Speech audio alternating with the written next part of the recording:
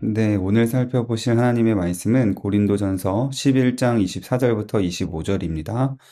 축사하시고 떼어 이르시되 이것은 너희를 위하는 내 몸이니 이것을 행하여 나를 기념하라 하시고 식후에 또한 그와 같이 잔을 가지시고 이르시되 이 잔은 내 피로 세운 새 언약이니 이것을 행하여 마실 때마다 나를 기념하라 하셨으니 함께 살펴보셔야 할 하이델베르크 요리문답은 75부터 77문답까지입니다. 제28주일의 내용입니다. 오늘은 성찬, 나를 향한 예수님의 사랑의 초대라는 제목으로 말씀 나누겠습니다. 우리는 다양한 상황 가운데 있습니다. 이미 믿음을 고백하고 성찬에 참여하고 있는 분들이 있고, 아직 입교나 세례를 받지 않아서 성찬에 참여하지 못하고 있는 그런 분들도 있습니다.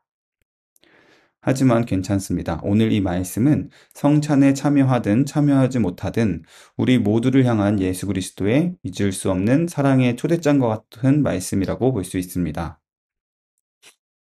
오늘 24절에서는 이것은 너희를 위해 주는 내 몸이다. 이것을 행하여 나를 기억하여라 라고 주님이 말씀하셨고요. 25절에서 잔을 가지고서는 내 피로 세운 새 언약이다. 너희가 마실 때마다 이것을 행하여 나를 기억하여라 라고 당부하고 명령하고 계신 말씀입니다. 먼저 성찬을 통해서 우리는 나를 위해 찢으신 예수님의 사랑을 배울 수 있습니다. 성찬은 참여하든 못하든 이 떡과 잔이 우리에게 가장 보여주고자 하는 그 진실이 있습니다. 그것은 바로 예수님께서 십자가에서 우리를 사랑하여서 돌아가셨다라는 사실입니다. 십자가의 사랑을 가장 가시적으로 보여주는 것이 성찬이 되는 것입니다. 눈으로 보고 입으로 맛을 보는 은혜의 수단으로서 예수님께서 우리에게 주신 약속이 되는 것입니다. 그래서 마치 십자가에서 예수님이 몸을 찢으시고 피 흘리셨던 그 장면을 눈으로 생생하게 보듯이 우리가 성찬에 참여한다는 것입니다. 떡이 찢어지듯이, 빵이 찢어지듯이 예수님께서 십자가에서 몸을 찢고 죽으셨다라는 것이죠. 예수님의 몸은 나를 위해서 십자가에서 드려지고 찢기셨으며 그의 피도 나를 위해 쏟으셨다라는 그 사실을 우리가 기억해야 한다라는 것입니다.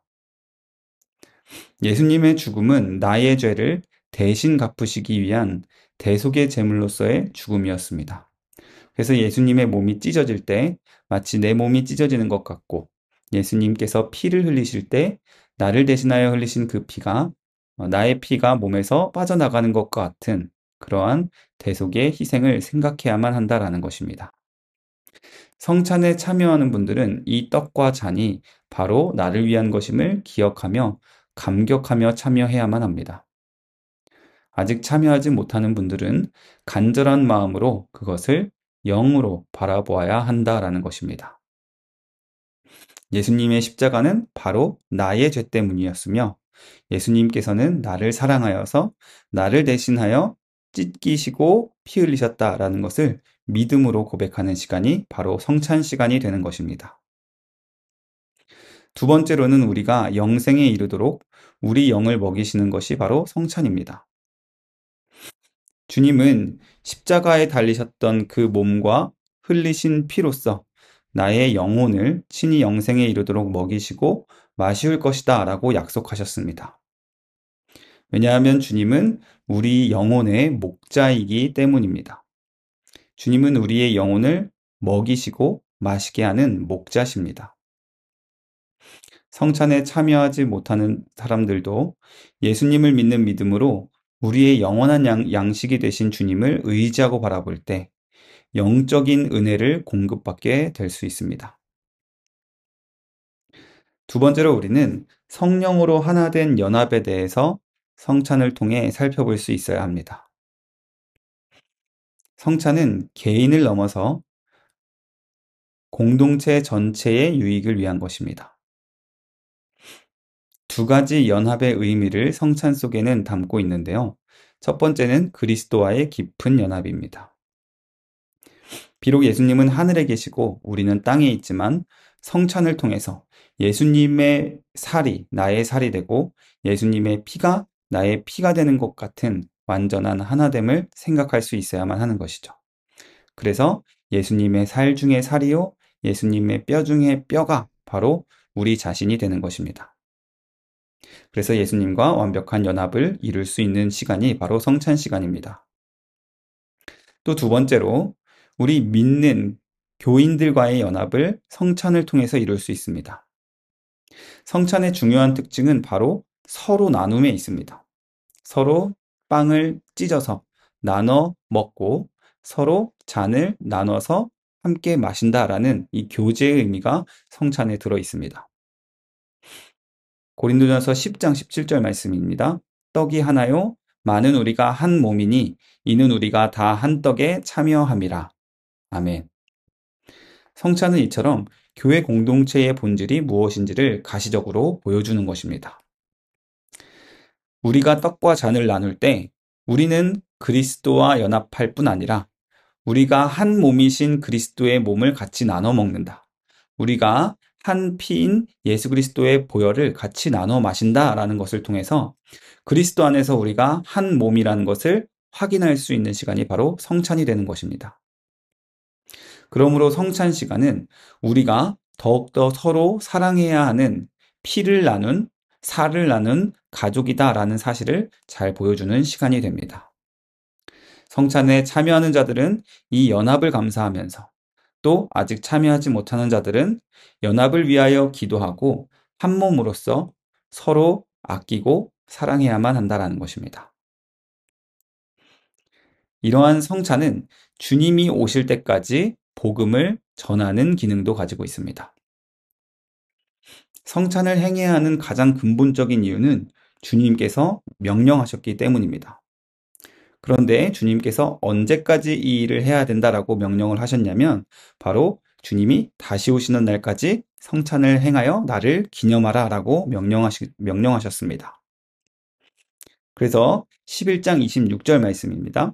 너희가 이 떡을 먹으며 이 잔을 마실 때마다 주의 죽으심을 그가 오실 때까지 전하는 것이니라 라고 말씀합니다.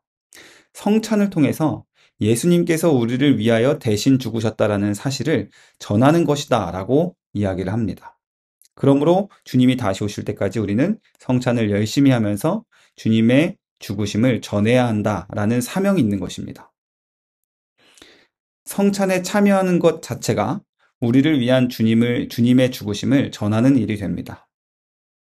사람들은 성찬하는 모습을 보면서 궁금해할 것입니다. 교회는 왜 저렇게 빵과 잔을 나눠 마실까?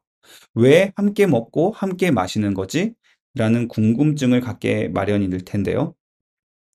그것에 대해서 성찬은 가장 간단하고 쉽게 주님이 우리에게 살과 피를 내어주셨기 때문에 우리가 함께 나눠 먹고 나눠 마십니다. 라는 것을 보여주는 가장 쉬운 수단이 될 수 있다라는 것이죠.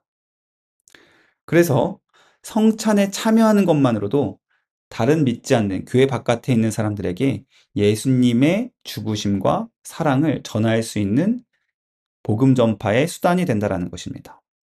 그러므로 우리 모두에게 주님이 다시 오실 때까지 지켜야 할 사명, 바로 성찬을 행하는 것입니다.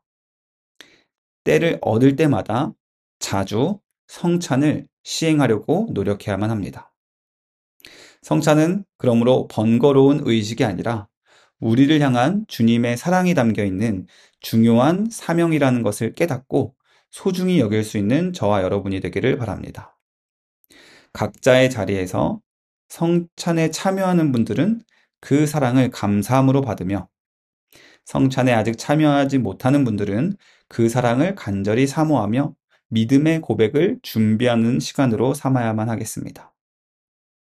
우리의 영원한 목자 되신 예수님을 믿음으로 바라보며 성찬을 행하게 되는 그때에 우리 모두는 그분의 찢기신 몸과 흘리신 피로 말미암아 한 번 더 죄사함의 확신을 얻고 영생에 이르는 은혜를 성찬 때마다 풍부하게 누릴 수 있게 될 것입니다.